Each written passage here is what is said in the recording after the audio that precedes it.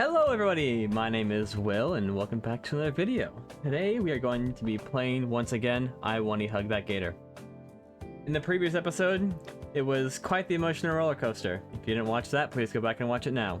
Do not watch any further of this video.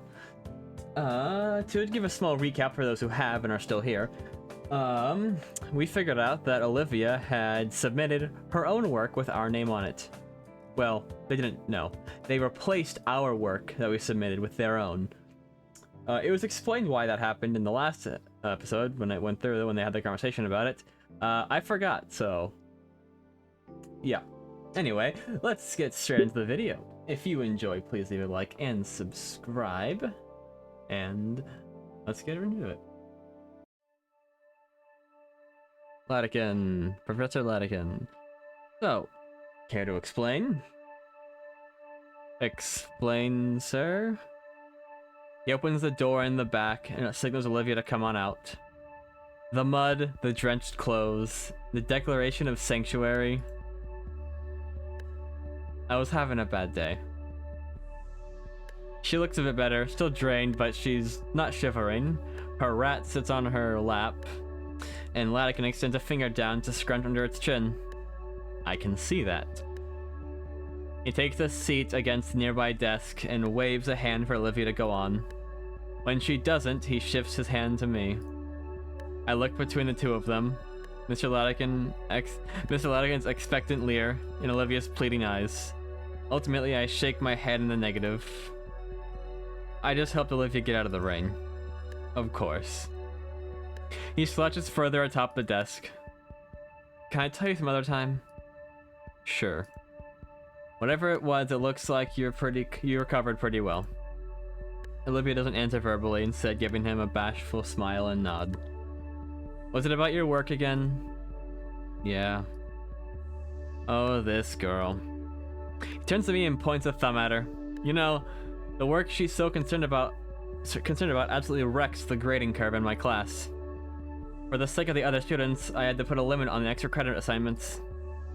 Really? Yeah. Never before would I even consider such a restraint. Why punish someone for working too hard, I would think to myself. Then 4 years ago, this little green goblin comes rolling into my class, half a semester, and more than a few angry calls from parents later, my hands are tied. Young lady simply does too dang much. Olivia smiles, but doesn't look up from her pet. It was that much better than all the other students? Well, no. I don't grade by technique. If I did, you'd be in big trouble, Inko. Olivia's work was very good even then, but the main thing I admire is how motivated she can be. I hadn't seen someone so enthused to just paint in years. Certainly haven't seen anyone so enthused I had to change the rules like that. You were worried it would stop me. Was I? That definitely sounds like me, but it didn't stop you. Not even a little. Heck, that year you even got me to see some things differently. I don't think I ever did anything like that. You did, when you came into the class the Friday before Mother's Day. Take a look at this. I'm handed the quill pen, and the first thing I note about is how soft the feather portion is. It's a special pen. It's the special pen you always use. It's actually from my wife. Whoa.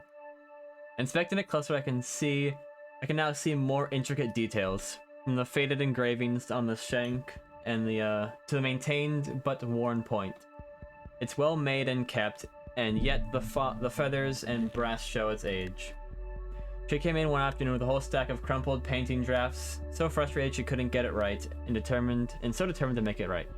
Perfect. I say, any of these would be great. Your aunt would love any of these, and she fires back. If it's not good enough for me, why would it be good enough for someone I love? I did not have an answer. So I told her to take a step back. We take a few hours to go over the fundamentals once more. I send her home and try getting it right over the weekend. And come Monday, she returns and hugs me first thing. That Friday night, though, what she said was on my mind. I talked about it all night with my wife.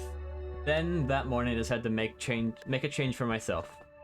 My wife was molting all the time, so there was always a new feather or three in our blanket each morning. I took the biggest one, preserved it right, got a bit of extra help to make it into a real pen. And I've used it ever since. Helps me remember to do my job right, for the people I care about, and for the people my students care about. I think it's that childlike reasoning that comes so naturally for the youth. That reasoning, it makes a type of innocent, earnest dedication, something I think I'd lost for a while. Don't give me so much credit. You haven't lost it, have you? Good. Don't lose it for me, okay? Okay. Latican yawns and stretches. You feeling alright to go to the next class? Yes, I'm ready. Great. He clasps his hand over my back. We should do this again sometime. I like Mr. Latican, he's cool. Mr. Latican ushers us out of his classroom, and then the late bell trills, handing us a note he rapidly scrawled on. Mr. Procklin didn't seem enthused to see us come in late, but sighed as she read the note from Latican. As I took my usual spot, I felt something odd in the corner of my eye. Looking up, it was to see Olivia looking my way, with that smile on her face. One that spoke so many words, yet I couldn't figure out what. All I could do in turn was to try and match it before focusing on Mr. Procklin's latest lecture. As more time passes, the art contest fades into the background. Last week I had a scare when Principal Scaler called me into her office. I had feared that they figured out what Olivia did and assumed I was part of it, just as she predicted. Luckily, that wasn't the case. Instead, she wanted to inform me that there was no leads of who could have done the swap, and since it was tampered with, it was removed from the contest. No skin off my back, honestly. As compensation, she gave me one of the runner-up prizes, a coupon for some pizza from an Italian restaurant called Dino Mo's. Not the biggest fan of pizza, but not a bad prize to get after all this. Saving it for a rainy day. However, I found myself in a conundrum of my own doing. My peers' concern about my entry were resolved, but I hadn't accounted for the new question about my portfolio. My paint portfolio. A few times I showed up in photography work, they would be mildly impressed at best. They were never upfront about it either. No, instead I got the runaround. Oh, yeah, these are nice, Inko. Not bad, but what did you do for the contest? Can't even be mad about it, since it's just another misunderstanding. Unintended lie from my side of things. But then I had a thought. What if it wasn't a lie? What if it was actually a good painting? And after work, and after working at it for the past month... Yeah, no, I can't unscrew this. For the past 3 weeks, I've been staying after school, making use of one of the club rooms to practice. Yeesh, Inko, did you listen to any of the tips I gave you? Using everything I had at my disposal, namely the textbooks from Mr. Latican and how-to tutorials online, I'd say as late as possible trying to get to the same skill level as Olivia. And as I stare at the horrid acrylic monstrosity before me, I can do nothing but weep at my own inadequacies. Not really weep, but squinting at the Lovecraftian horror before me, and I can maybe see a little progress drowning in the madness of excess paint. Olivia had made good on her promise to teach me around the last time I asked Mr. Latican to borrow the keys to the spare room, and while I memorized all of her teachings down to the letter, what am I even looking at? Are you trying an abstract sort of thing here? It was an attempt at a self-portrait, actually. You'd probably post it online and some rich asshole would buy it. Is that good? No. Never trust the opinions of people on the internet. I learned that the hard way. After a brief period of awkward silence, I let myself collapse into the stool behind me and toss off the oily apron in frustration. At this rate, I'm going to be a double fraud or something. Oh, splat. I don't even have the energy to get angry. Probably looks better now, at least. How did Olivia get so good at this? Olivia, please, you've got to have some actual advice for me. She quietly hums to herself, slipping away a notebook she had slid across her lap into a nearby bag. Well, When I want to draw, it's usually because I've got something on my mind. What, like inspiration? Kinda? More so that I just envision something and I want to put that onto a canvas. A muse, then. Oh, fuck, I didn't put that onto a canvas. A muse, then. Oh, I just can't read all of that. Okay, it just actually just skips the text.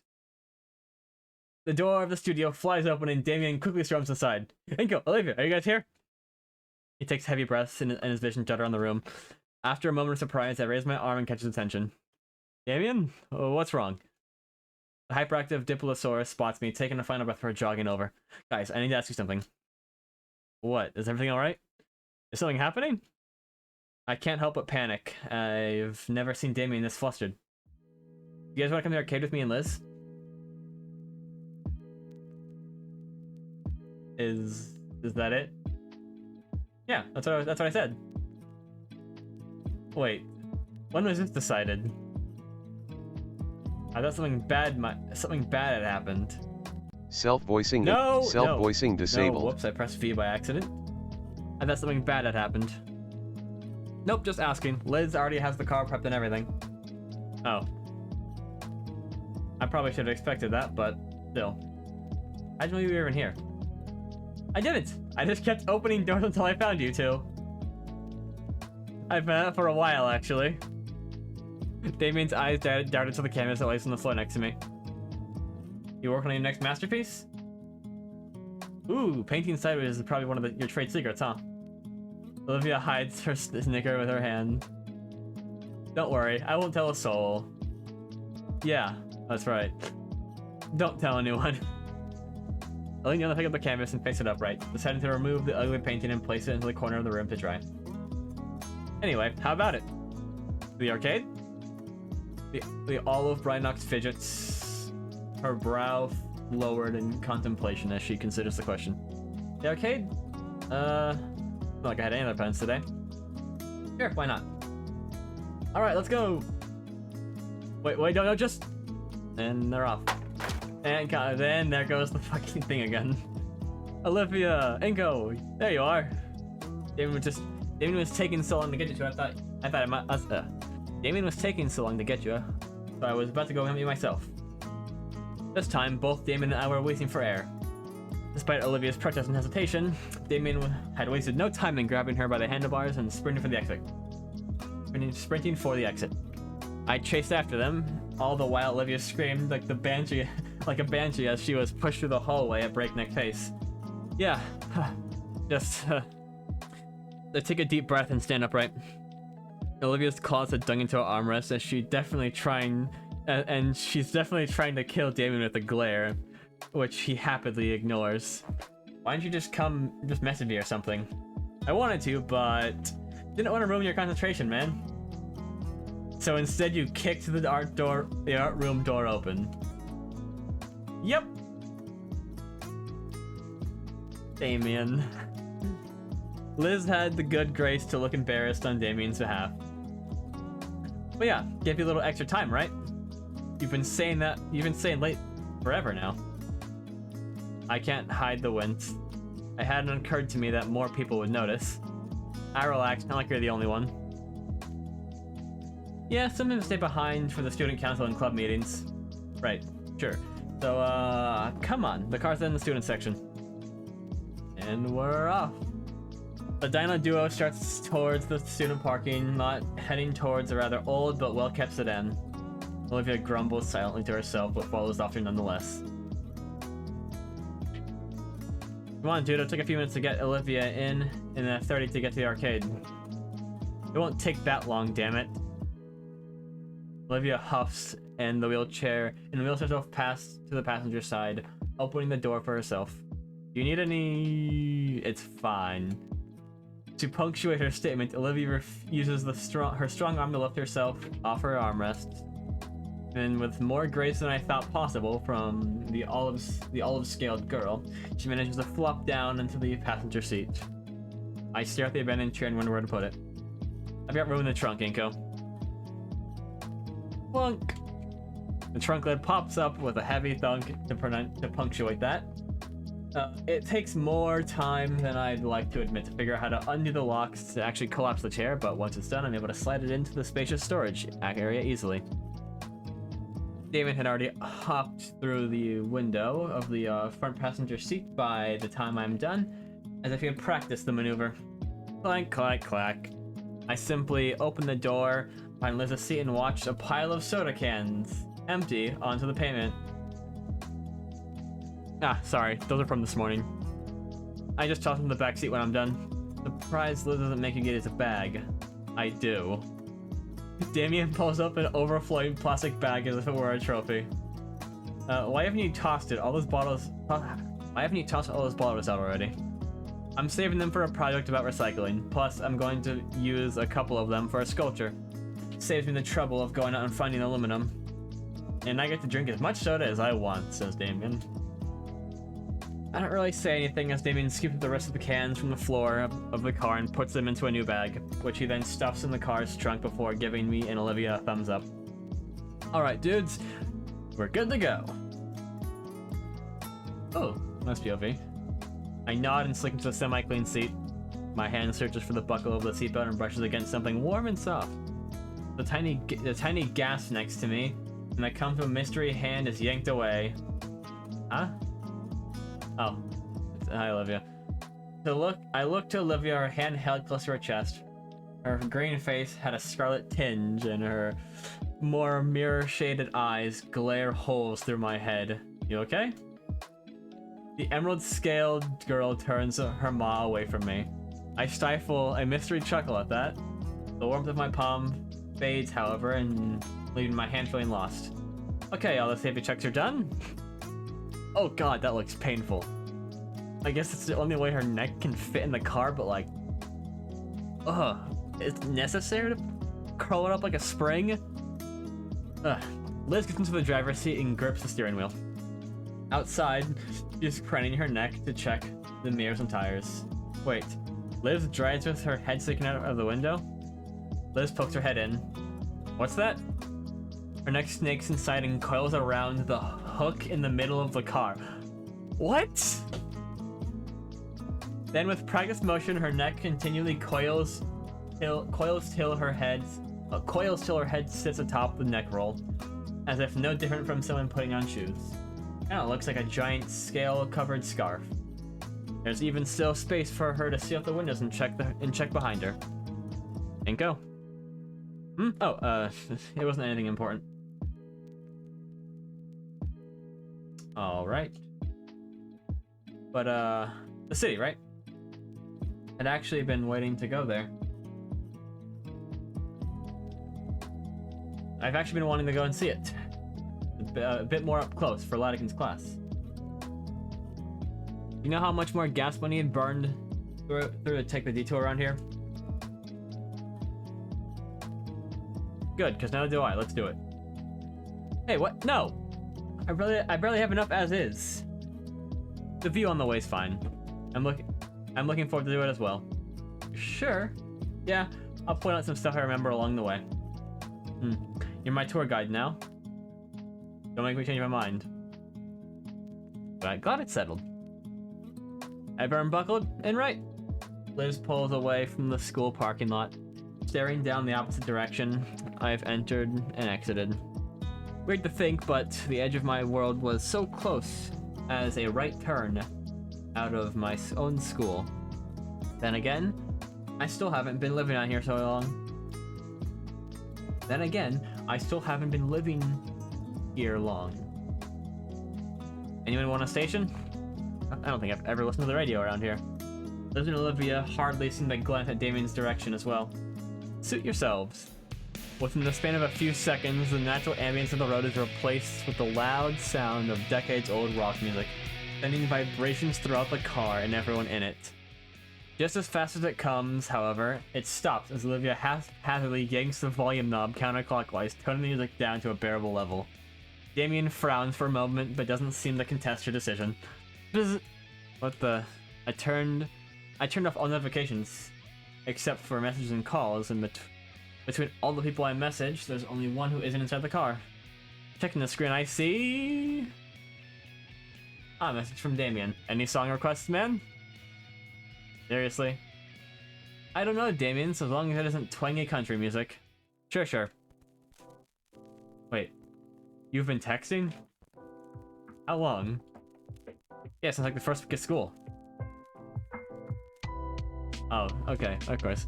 Heck, dude, let me see your phone. I hand it over.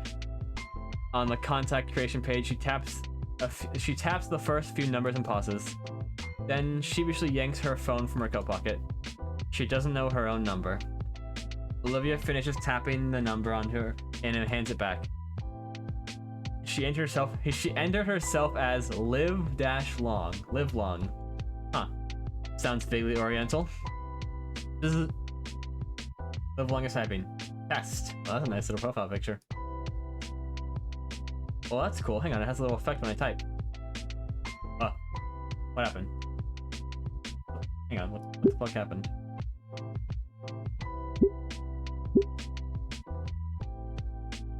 Oh, is that on purpose?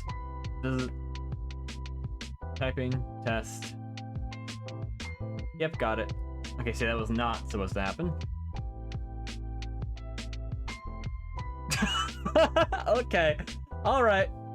That's good. Alright, thanks, Olivia. I mean, what else are we going to expect from her? That was uncalled for. That's why I sent it. She giggles at her own joke, and despite being the butt of it, the mood in the car is too high to hold it against her. Before long, the dense forestry starts giving way to more urban developments. More and more decorative palm trees start dotting the path as well. The silhouette of the city gets closer, and we approach one of those spaghetti junctions leading up to it. The result of decades of poor infrastructure decisions, multi-million-dollar projects promising to fix all the traffic if they had built one more overpass. Olivia's paying close attention to her phone. She scrolls lazily over some forum. I don't know how to make that sound. What's so funny? Oh, nothing. Hey. Lizard Lounge. Oh boy, you're still browsing that, Olivia? Yeah. What is it? Don't tell him.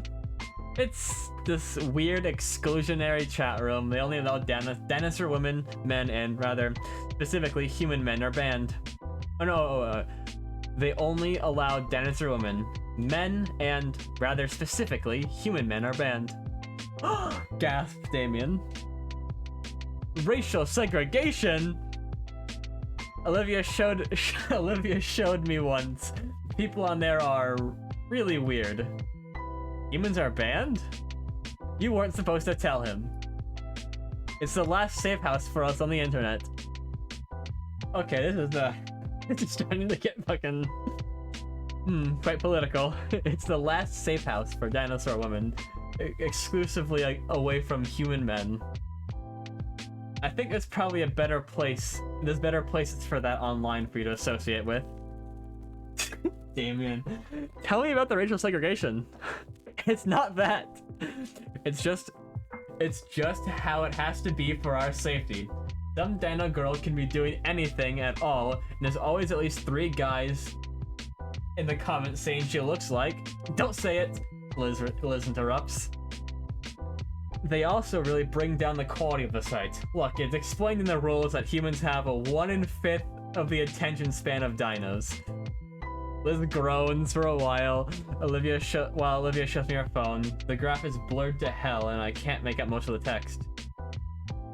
I don't know how I feel about this. What don't get, Inko? Think about it. You're in history class. It sucks. So just remember, wait a second. I'm human, and stop listening. I wish I could do that. According to Lady Hitler here, you can.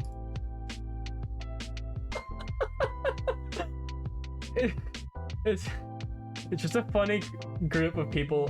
It's just a funny group of women like me. Lay off, let me have it.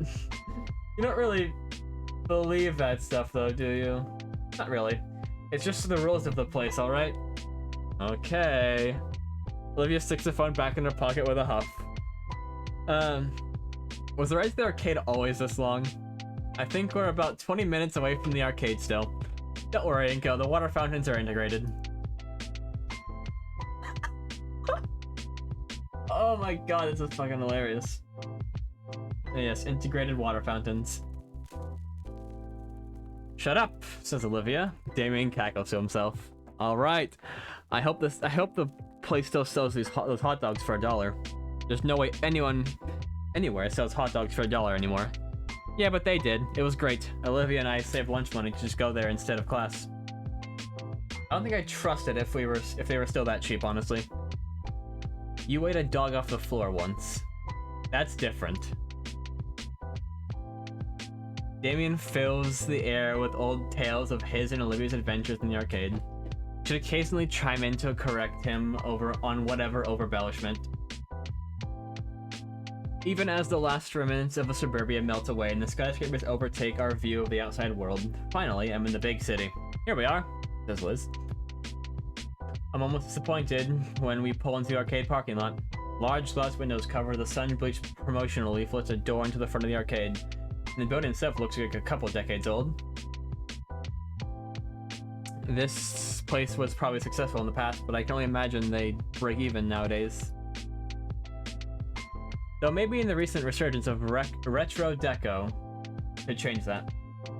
I can show you more on the return trip, come on. I like how this game just takes images from your life and applies some, like, filter to it, and that's it. Guess you must have seen my brief hesitance. Liz unlocks the trunk, and I hop out to get Olivia's chair. As I attempt to heave the thing out of the trunk, it takes considerably more effort than I'd like to admit. Now, all I have to do is unfold this blasted thing. I think there's a release button, right? Look around real quick. As I check to make sure that my fingers were still intact, I can see Olivia snickering through the passenger window. Inko-san, you have much to learn. Observe. Olivia makes sure the brakes are held and heaves herself over in one motion. The chair is forced open by the momentum, alone with a loud crack. She gracefully rolls by me, tongue stuck out in smug victory over my ineptitude. Ready. Sweet. I'm like, sweet. I don't know how fuck Damien sounds. Damien hurries us inside, and I can tell he's the most excited one to be here out of anyone. Oh, let's go. Arcade sounds. Hang on, let's see. We got a little. Does your there's a grip strength machine that's called Does Your Lover Know? And the levels are from weakest to strongest. Poor fish, try again. Glammy, harmless, mild, naughty but nice, wild, burning, passionate, volcanic. Alright, Damien. Damien, dude, this place is the bomb. We used to scrounge for change to come here after school. The place is the buzz of activity, flashing machines all competing for attention in the game, and the gamers excitedly conversing. I lean a bit closer to Olivia. It's pretty dang loud in here. You're going to have to be alright having to speak up more? Of course I am. What do you take me for, a kid? Sorry. I appreciate the concern. Liz scowls as she peers. She peels her boot from the floor with a loud shtick. Ugh. Damien, you could have warned me about... And Damien is gone. Damien had taken off towards the nearby coin machine, fistful of bills rather ready. I could have told you to. I could have told you too. I've been here before. So why didn't you warn me about the stickiness? Olivia shrugs. Liz's head lowers to the bridge of her... Lowers to bridge of snout pinching levels. Oh, Liz's head lowers to a bridge of snout pinching levels. Well, you two did kind of drop this on me last minute. But I still remember this place pretty well. Great, you can show an Inko around while I go with Damien. Neat little dance. Liz meekly puts her pointer finger around, puts her pointer fingers together as she looks at the salmon-frilled teen. I like that little dance she's doing. Those two-player gun thingies look fun to try out. You mean the light gun games? Yeah, those ones. I can't put my finger on it, but something tells me Liz is banking on splitting apart from the start. So it would give me an ample opportunity to have some alone time with Olivia. Just to get to know her more, of course. Oh! What the fuck? Liz, I think I broke this one's joystick. Liz sighs heavily through her nose. Seriously, Damien? Says Inko. Olivia just sits there silently. Liz. Oh, come on, it's perfectly even and fair. You sure about this, Liz? We could just all stick together. The long-necked dino turns around the arcade nervously. As much as I want to protest the suggestion, it might be for the best. Liz wants to stick with Damien, probably to make sure he doesn't do more damage. Olivia knows this place pretty well, so she can do all the best games. We've already been spending time together after school, so why not? I'm not against the idea, just, Alright, glad you agree, says Olivia. Liz takes this as her cue to leave, and she quickly pulls Damien away deep into the arcade. Meanwhile, Olivia begins to roll ahead. What stops? They give me an annoyed look. Come on already! Ah, right. As soon as I step closer, Olivia resumes her casual roll down the aisleway. Ooh. Olivia's eyes seem distant as she looks over the various arcade cabinets in the room. Silver irises dancing to and fro as some soft hum resonates from her mouth. I try to follow where her gaze lingers, but she seems to constantly drifting to something new every other moment while deep in her own thoughts. As we carry along slowly, the creeping awkwardness in my stomach gnaws away at me. I have no clue what to do right now. The point of this suggestion was to relax. I feel rude to interrupt her, but she definitely knows better than me. Say Olivia. My voice brings her back to her current moment with a start. Her hands maneuver in her chair around to look at me fully. What game should we try first? Brynox shrugs her shoulders. Anything. Okay, then how about one of your favorites? My favorites? Yeah, you see, you come here all the time. I'm sure you have some you prefer. The look of surprise from her quickly is hidden by her turning her chair back around. Fine. My favorites then. My favorites. She pushes her wheelchair with purpose towards the particularly large screen in the corner. Looking at it closer, there seems to be a large block connected to it. A dull, multicolored stick hanging off the sides with wires. Oh, damn it. Looking at the title of the screen above, Ruin Robbers. The more I look at it, the more I see the splotches of fresh paint barely cover poorly done graffiti marks. Olivia's pound is so prominent that she stares at the base of the funny-looking block before the screen. They updated it. So it should be even better, right? Her pout breaks, transforming into a depressed frown as her eyes gloss over. I follow her gaze to the metal plate at the base and try my best to understand. Machine looks pretty well maintained if you ask me. Something wrong with it? They added a foot pedal for the cover action. I test the plate, feeling it sink down, and notice the demo on the screen changes to the screen with a bunch of ass. Oh, what? The video demo on the screen changes to a screen with a bunch of ass in quotations, with the number next to each instance. ASS. This sucks. Olivia's hands curl in the fist as she glares at the machine. The twinge runs through my chest and I look back at the frustrated Dino Girl. One aspect of her favorite pastime has been changed in a way that almost robs her of it. The thought strikes a painful chord in my heart, though I know I had zero hand in the game update. All the same, to the clover-scaled girl. All the same, to see the clover-scaled girl look so morose. I turn my eyes away from the feeling and sensation leaving as I do, and a flash of brilliance overcomes me what to do as I look at my loafers. Hey, I got an idea. It cuts me off with a growl. I know what you're gonna say, and the answer is no. So you're willing to give it up just because you can't play it easily?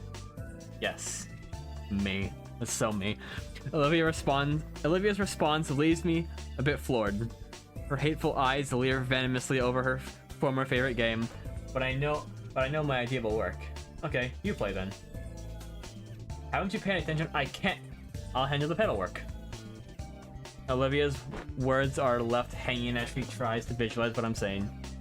Her confused gaze wanders between me and the flat rectangle on the floor. The whole time she looks so goofy with the whole time she looks so goofy. I have to withhold a chuckle in fear of her clawing me. I must have realized though, as she snatches the light gun from my hand, her cheeks bearing a red hue. Fine. One game. She looks at the light gun in her hand and takes a deep breath. You better do your job right, Inko. I give Olivia a nod, and she wheels herself next to the arcade machine. Give me. She reaches out for my hand and goes to take it before I can respond. In a split second, and she takes it for a split second, then moves down to grab my wrist instead. Her scales are soft and cool. Hit the pedal when I squeeze, capiche? Or capiche? Capiche, what the fuck? I nod in affirmation, and Olivia blasts the strap on into pieces. Okay, I think this is gonna be a mini game. I'm gonna save this, and this is where we're going to end for today. I hope you all enjoyed today's video. If you did, please leave a like and subscribe. I know I sure did like this video, even though I had way more trouble speaking than I usually do. But anyway, please like and subscribe and tell me what you think is gonna happen next. Anyway, this has been Will, and love you all. Bye.